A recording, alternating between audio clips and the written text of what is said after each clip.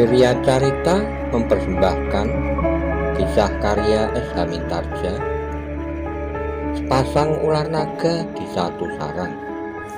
Selamat menikmati. Salam Daya.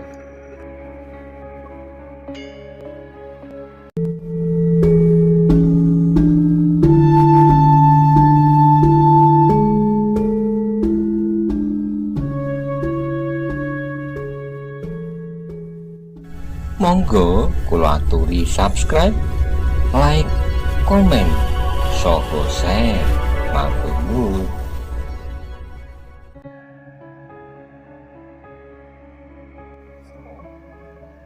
Kita pikirkan kemudian potong yang lain, lalu apa yang pantas kita lakukan sekarang? Kita sebut-sebut nama Tuan Kutojoyo, itu terlampau berbahaya. Jadi sebaiknya kesan yang timbul bukan karena kita menendam Tuan Kutojoyo telah disingkirkan. Dengan demikian maka pengaruhnya akan kecil sekali bagi rakyat Singosari, karena mereka menganggap lumrah jika kita pengikut-pengikut Tuan Kutojoyo menjadi sakit hati peninggalnya. Jadi kita membuat Rojopati, kita mengambil seseorang dan membunuhnya di gerbang kota. Kita lemparkan kepada para prajurit penjaga pintu gerbang. Jika mereka mengejar kita, kita selesaikan sama sekali di luar kota. Kita sisakan salah seorang dari mereka. Kita perkenalkan diri kita dan perguruan kita. Kita tunjukkan ciri-ciri kita yang bukan lagi prajurit-prajurit seperti saat-saat kita belum berguru. Apakah itu tidak berbahaya? Maesho Agni akan bertindak atas perguruan kita. Tidak seorang pun akan dapat menemukan padepokan kita itu. Ketiga orang itu terdiam sejenak, lalu salah seorang dari mereka tiba-tiba berkata, kau lihat anak muda itu? Ya, anak muda yang tampan. Dia berjalan seorang diri, jawab kawannya. Apa maksudmu? Kawannya tidak segera menjawab. Dipandanginya saja anak muda yang disebutnya. Namun tiba-tiba ia berkata, ia tidak sendiri. Ia berjalan bersama kawannya atau barangkali adiknya. Rupanya mirip sekali. Kedua kawannya yang lain mengangguk-angguk.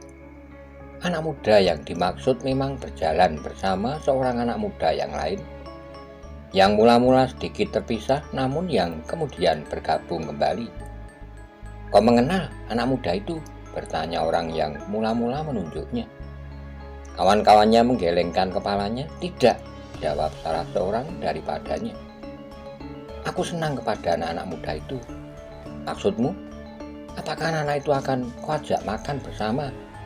Atau kau ajak pulang? Atau akan kau beri uang? Orang itu tertawa katanya. Kita buat anak itu menjadi bahan. Bahan? Bukankah kita sepakat untuk membuat keributan? Kita bawa anak itu ke dekat perbatasan kota.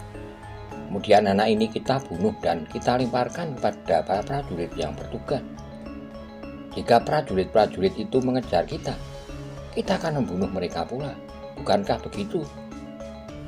Bukankah kita akan membiarkan seorang dari mereka hidup dan mengenal ciri-ciri perguruan kita? Sehingga dengan demikian Singosari akan menyadari bahwa sebuah perguruan yang besar telah memusuhinya untuk jangka waktu yang panjang. Maka perguruan itu akan menghimpun rakyat yang menyadari keadaannya dan menumbangkan kekuasaan Ronggowuni dan Maisa Cempaka. Yang lain mengangguk-angguk. Mereka melihat kedua anak muda itu berjalan perlahan-lahan menyusuri jalan kota yang sedang diliputi oleh suasana berkabung. Marilah kita ikuti anak yang malang itu, karena tiba-tiba saja ia telah diterkam oleh bahaya maut. Tidak seorang pun yang dapat menolak nasib yang telah menggerakkan hati kita untuk memilihnya menjadi korban yang pertama, karena korban-korban berikutnya akan berjatuhan. Tiganya pun kemudian berjalan mengikuti kedua anak muda yang mereka sebut sebagai anak-anak muda yang malang. yang tiba-tiba saja telah diterkam oleh nasib buruk. Semakin lama ketiga orang itu menjadi semakin dekat sehingga mereka mendengar pembicaraan kedua orang anak-anak muda itu. "Marilah kita kembali," ajak yang muda. "Kita belum mengelilingi kota ini seluruhnya," jawab yang lebih tua. "Bukankah ayah berpesan agar kita segera kembali? Upacara penyelenggaraan jenazah itu sudah akan dilakukan, dan sebaiknya kita sudah berada di halaman istana." Yang tua termenung sejenak, namun kemudian katanya, "Baiklah, tapi kita akan menempuh jalan yang lain, bukan jalan yang kita lalui pada saat kita pergi dari istana sampai ke tempat ini." Yang muda pun mengangguk-angguk. Tiga orang yang dengan sengaja ingin menimbulkan kekacauan itu mengikutinya saja. Mereka mencari kesempatan untuk membujuk anak-anak itu pergi ke perbatasan kota. Ketika kedua anak muda itu tiba-tiba berhenti dan termangu-mangu, maka tahulah ketiga orang yang mengikutinya bahwa anak itu menjadi bingung. Mereka tidak mengetahui jalan yang manakah yang menuju ke istana Singosari. Salah seorang dari ketiga orang yang mengikutinya itu pun kemudian mendekatinya sambil bertanya, "Hei, anak muda, apakah ada yang sedang kau cari?" Anak muda itu mandang orang yang bertanya kepadanya dengan heran, karena ia merasa sama sekali belum pernah mengenalnya. "Kau tentu belum mengenal aku," berkata orang itu. "Karena aku pun belum pernah mengenal kalian. Tapi aku dapat melihat bahwa kalian agaknya sedang kebingungan. Apakah kau orang baru di kota ini?" "Kami bukan orang baru di kota ini," jawab yang lebih tua. "Kami adalah anak pedesan yang saat ini mengikuti ayah ke istana, karena di istana ada seorang putri yang wafat." Orang yang mengikutinya itu mengangguk-angguk, lalu, "Bukankah sedang mencari jalan ke istana? Dari mana kau tahu? Menilik sikapmu, kau bingung." "Ya, kami agak bingung. Jika kami tidak menemukan jalan ke istana, kami akan menempuh jalan pada saat kami meninggalkan istana pergi menyusuri jalan sampai ke tempat ini. Apakah kau masih ingat jalan yang baru saja kau lalui sampai ke tempat ini?"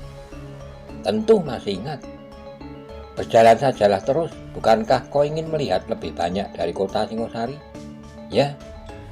"Berjalanlah mengikuti jalan ini. Jika kau sampai ke simpang 3, kau berbelok saja ke kiri, kemudian sekali lagi kau belok ke kiri."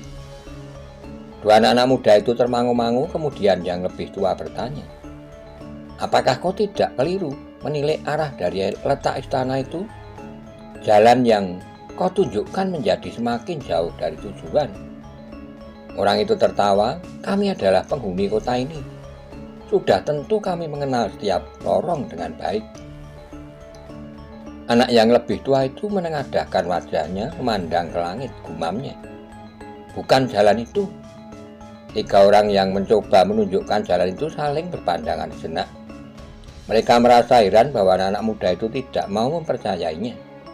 "Mengapa kau tidak percaya kepada kami?" bertanya salah seorang dari ketiganya. "Bukan maksudku tidak percaya di sana, tapi kami merasa yakin bahwa jalan yang kau tunjukkan adalah salah.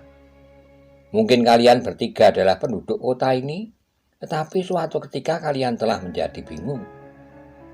Seorang di antara ketiga orang itu tiba-tiba membentak, "Jangan gila, anak-anak muda. Kau membuat kami marah.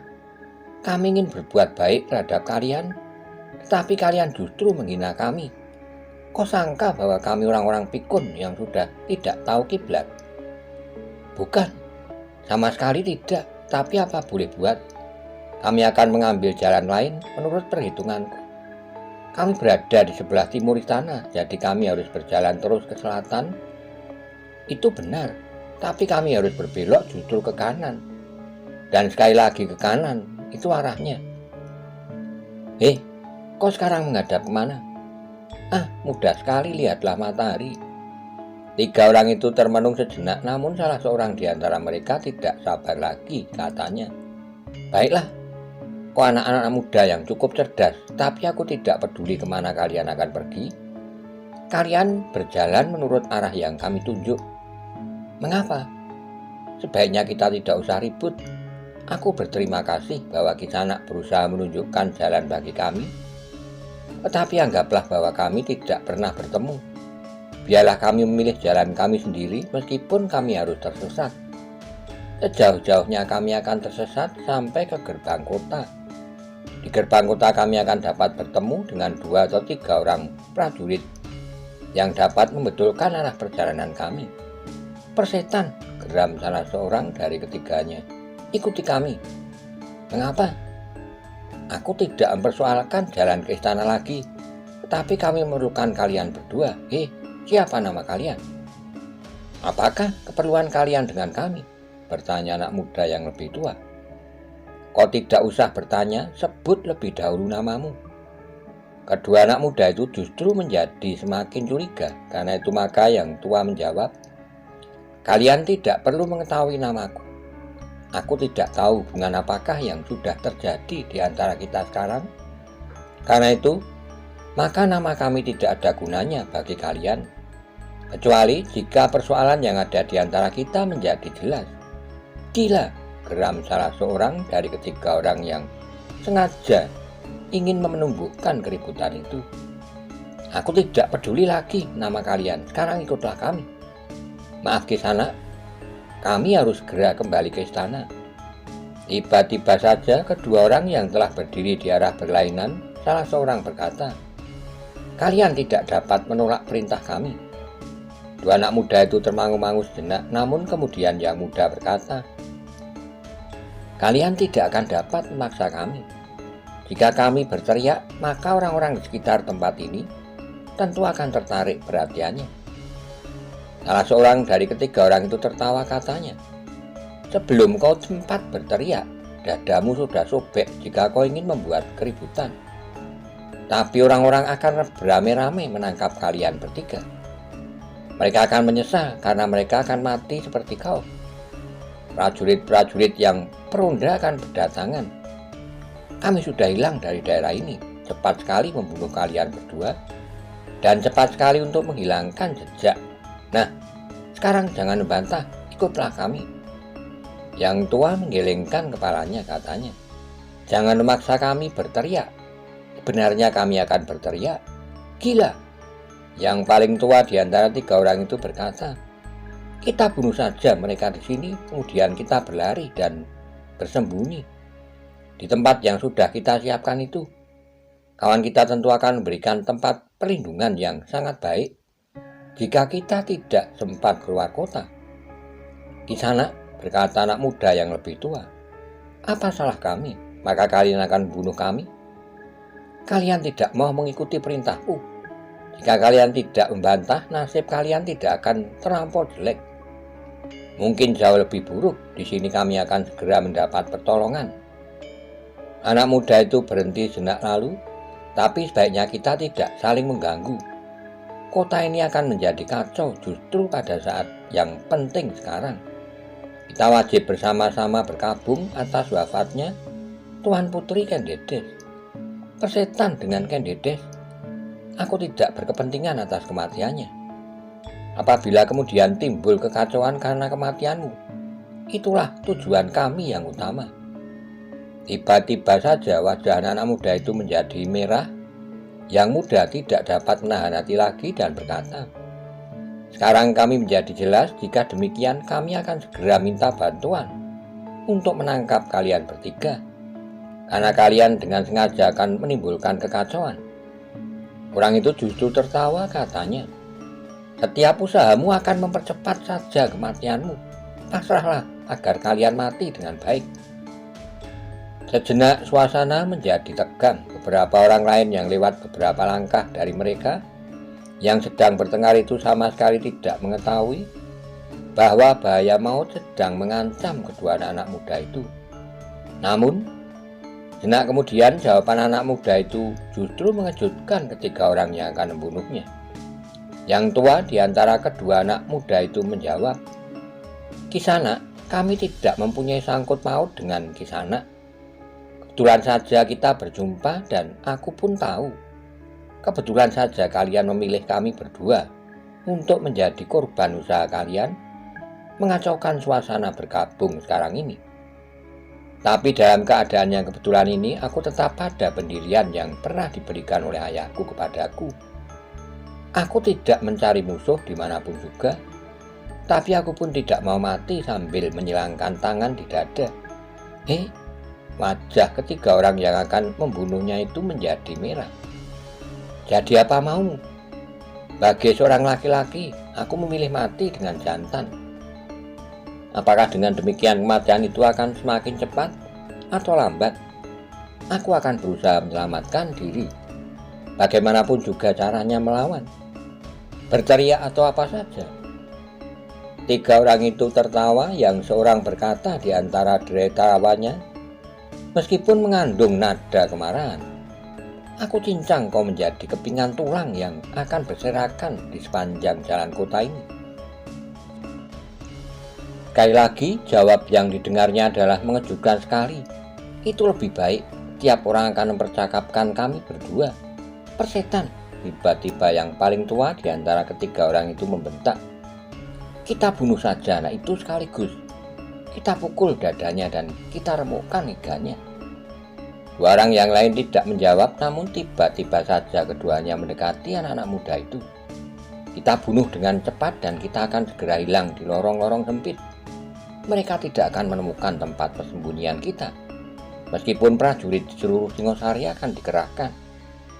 Kedua orang yang lain tetap berdiam diri, namun tiba-tiba mereka mempersiapkan diri untuk meremukkan tulang-tulang iga kedua anak-anak muda itu. Tapi sekali lagi ketiga orang itu terkejut. Kedua anak muda itu benar-benar tidak menjadi takut karenanya. Bahkan tiba-tiba saja mereka berloncatan dan berdiri beradu punggung. Menilik sikapnya, maka kedua anak muda itu benar-benar akan melawan. Bukan saja karena mereka ingin bersikap jantan, tetapi menilik sikap tangan dan kakinya. Keduanya mempunyai bekal untuk berbuat demikian. Gila yang tertua dari orang-orang yang akan bunuh kedua anak muda itu pun menggeram. Bunuh mereka cepat. Tidak ada waktu terbuang lagi, kedua orang yang lain pun segera meloncat, langsung memukul ke arah dada kedua anak muda itu. Tapi ternyata anak-anak muda itu tidak membiarkan diri mereka diremukkan oleh serangan lawannya. Mereka pun dengan lincahnya melompat ke arah yang berbeda, sehingga dengan demikian serangan itu sama sekali tidak dapat menyentuh tubuhnya. Bahkan yang lebih muda dari kedua anak-anak muda itu tidak dapat menahan perasaannya lagi. Ia tidak sekedar menghindarkan diri saja dari serangan itu, tapi hampir di luar nalar lawan-lawannya, anak muda itu pun segera melompat menyerang pula. Ketika kakinya yang sebelah menyentuh tanah saat ia menghindar, maka kaki itu berputar di atas tumitnya dan sebuah lompatan kecil telah mendorong tubuhnya maju mendekati lawannya. Sebuah putaran yang deras mengayunkan kakinya yang lain menghantam ke arah lambung lawannya. Gerakan itu sangat mengejutkan dan hampir tidak terduga. Dengan demikian, maka lawannya sudah tidak sempat lagi memperhitungkan kemana ia harus mengelak. Karena itu, maka lawannya segera merendahkan diri sambil menangkis serangan itu dengan sikunya. Ternyata anak muda itu benar-benar cekatan. Ia masih sempat mengurungkan serangan kakinya, tapi tiba-tiba saja ia berdiri tegak menghadap lawannya yang sedang berusaha menyesuaikan diri dengan perubahan gerak lawannya yang demikian cepatnya. Dengan kecepatan yang tidak dapat diikuti oleh lawannya, ia maju selangkah. Tubuhnya menjadi condong ke depan bersama dengan kedua tangannya yang terjulur lurus ke depan. Yang kanan langsung mengarah ke jantung, yang kiri ke ulu hati. Gerakan itu terlampau cepat bagi lawannya. Ia hanya berhasil menangkis sebuah serangan, sedang serangan yang lain berhasil menyusup masuk mengenai dada di arah jantung. Serangan itu benar-benar terasa betapa sakitnya. Rasa-rasanya jantungnya telah berhenti berdentang dan darahnya berhenti mengalir. Untunglah bahwa ia adalah orang yang memiliki daya tahan yang luar biasa. Pengalamannya yang tertimbun di dalam perbendaharaan ilmunya dan latihan-latihan yang mantap telah menyelamatkannya. Dadanya tidak pecah oleh serangan itu dan jantungnya tidak runtuh. Namun ia harus terdorong beberapa langkah surut dan bahkan dengan sekali berguling, ia baru dapat memperbaiki keadaannya. Sambil menyeringai, ia mulai menyadari keadaannya. Ternyata lawannya bukan sekedar seekor tikus yang mati dengan sekali injak.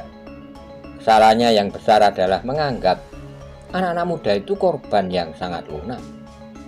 Dengan demikian maka orang yang sudah menyadari kesalahannya itu pun segera mencoba memperbaikinya sebelum terlambat sama sekali. Dalam pada itu ia pun sempat sekilas melihat kawannya yang berkelahi dengan anak muda yang nampaknya lebih tua dari yang seorang lagi. Ternyata ia pun mengalami nasib yang sama, bahkan agak lebih parah sedikit, karena kawannya itu sudah terbanting di tanah oleh sebuah dorongan kaki yang keras. Hanya karena pengalamannya yang luas dan ketahanan tubuhnya seperti dirinya sajalah, ia kemudian berhasil melompat dan berdiri tegak. Tapi ia masih belum dapat menemukan keseimbangannya yang utuh. Agaknya anak yang lebih tua itu tidak mau kehilangan kesempatan. Selagi lawannya belum berhasil menguasai dirinya sebaik-baiknya, ia pun telah meluncur menyerang dengan kakinya yang terjulur lurus, seolah-olah merupakan sebuah lontaran tonggak yang lurus dengan seluruh tubuhnya, mendatar mengarah ke lehernya. Lawannya itu terkejut bukan buatan, wajahnya menjadi pucat. Ia hanya dapat melihat serangan itu meluncur dengan derasnya tanpa dapat berbuat sesuatu. Demikian juga kawannya yang masih berdiri di luar arena. Ia pun terkejut bukan buatan. Ia sadar bahwa kawannya yang masih belum berhasil menguasai dirinya sepenuhnya itu dikenai serangan yang demikian, maka ia akan mengalami kesulitan yang barangkali tidak akan dapat ditolong lagi. Karena itu maka ia pun tidak berpikir lebih panjang lagi. Dengan serta-merta ia pun segera melompat membentur serangan anak muda yang meluncur dengan derasnya itu. Akibatnya ternyata dahsyat sekali. Benturan itu telah melemparkan kedua belah pihak beberapa langkah surut. Namun karena anak muda itu telah dengan sepenuh tenaga sengaja membenturkan diri, maka ia berada dalam keadaan yang lebih baik. Apalagi ternyata bahwa tenaganya agak lebih kuat dari lawannya yang menganggapnya sasaran yang tidak berarti. Lawannya, salah seorang dari ketiga orang yang berusaha untuk membunuhnya itu pun terlampau surut. Tetapi keadaannya agaknya tidak terlampau jelek pula. Sambil menyeringai menahan sakit, ia jatuh terguling.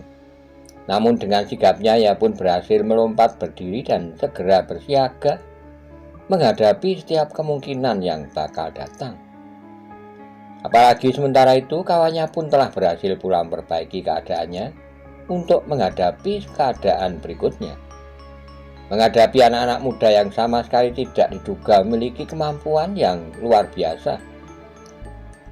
Ternyata anak-anak yang lebih muda itu pun masih juga berdiri tegak di tempatnya. Di luar sadarnya ia tersenyum melihat orang-orang yang tidak dikenalnya dan yang tiba-tiba saja ingin membunuhnya itu terdesak dan bahkan untuk beberapa saat ada dalam kebingungan. Dalam pada itu, selagi kedua anak muda itu termangu-mangu, maka orang yang paling tua di antara ketiga lawannya itu pun menggeram sambil bertanya, "Hei, siapakah kalian sebenarnya?" Yang lebih tua di antara anak muda itu menyaut, "Apakah kau perlu mengetahui siapakah kami? Persetan, aku harus mengetahui siapa kalian sebelum kalian mati.